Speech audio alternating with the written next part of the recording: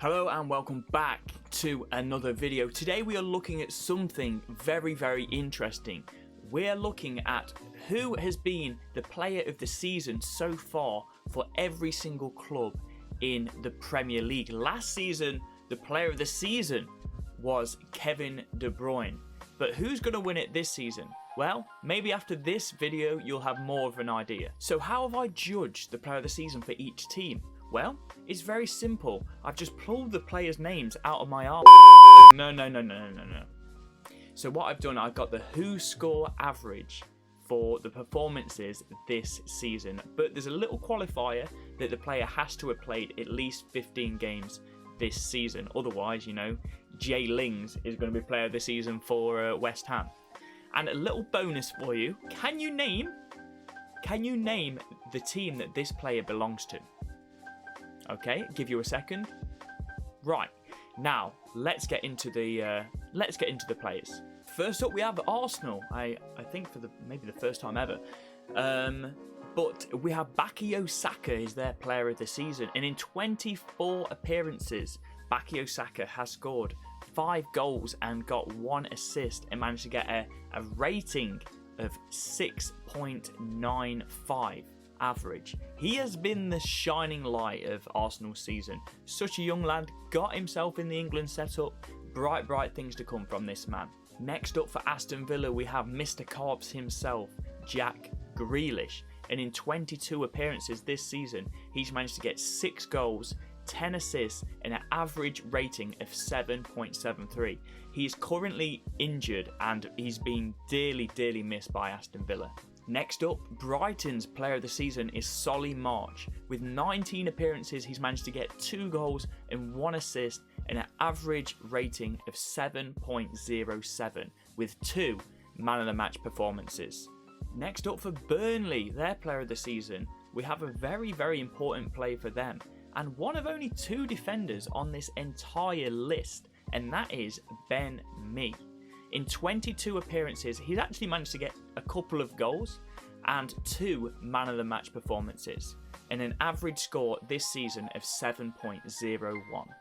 Next up for Chelsea, we have Mason Mount, who was playing well under Lampard, and since he was sacked, he's been continuing his form under Tuchel.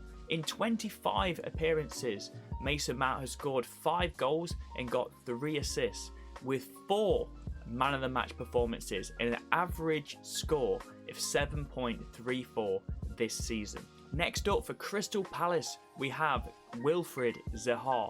In 20 appearances, he's managed to get 9 goals for Crystal Palace, 1 assist, 1 man of the match performance and an average score of 6.9. So next up is Everton's player of the season, and this is an interesting one because I kind of don't really agree. I think it should be the second place person, but it is James Rodriguez. Now, he's only played 16 games this season, so he's just above the threshold that I set of 15 games to be played. DCL, Dominic Calvert-Lewin, has played 24 games this season, and he's in second place, so you could argue that he should be there ahead of James Rodriguez, but nonetheless, James Rodriguez has the highest average score of 7.24, this coming with 5 goals, 4 assists and 2 man of the match performances. Next up for Fulham, we have Lookman. In 25 appearances this season, he's managed to grab 4 goals, 4 assists and 2 man of the match performances and an average score this season of 7.04. Lookman is a wonderful player, just don't let him take penalties, alright? Next up for a expansively playing attacking Leeds side, we have Rafinha as Leeds player of the season. In 25 appearances, he's managed to get 6 goals, 5 assists, 2 man of the match performances and an average performance score of 7.14 this season. Again, this is another one where it's just over the threshold. Ndidi has played 16 games this season. He's managed to get 1 goal and 3 assists with 1 man of the match performance and an average performance score of 7.35 this season. Next up we have Liverpool, and now they have endured a pretty torrid season so far, but you know, I have to pick a player, and that season is Sadio Mane.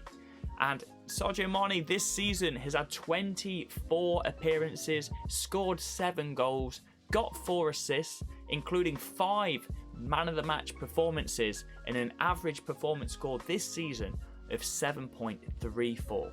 The next one's an interesting one as well, because I think a lot of people have said Ruben Diaz has been the best player for Manchester City this season. However, according to Who Scores, the average performance scores, it is that man that won it last season, Kevin De Bruyne. And he has managed to get 5 goals and 11 assists in the 21 appearances that he has made this season, with an average score of 7.53, the highest yet, and 6 man of the match performances.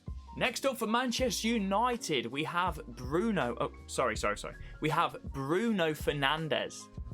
In 28 appearances for Manchester United this season, Bruno Fernandez has scored 16 goals, got 10 assists, including 5 man of the match performances, and an average performance score of 7.5 this season. Next up we have a loanee from Chelsea.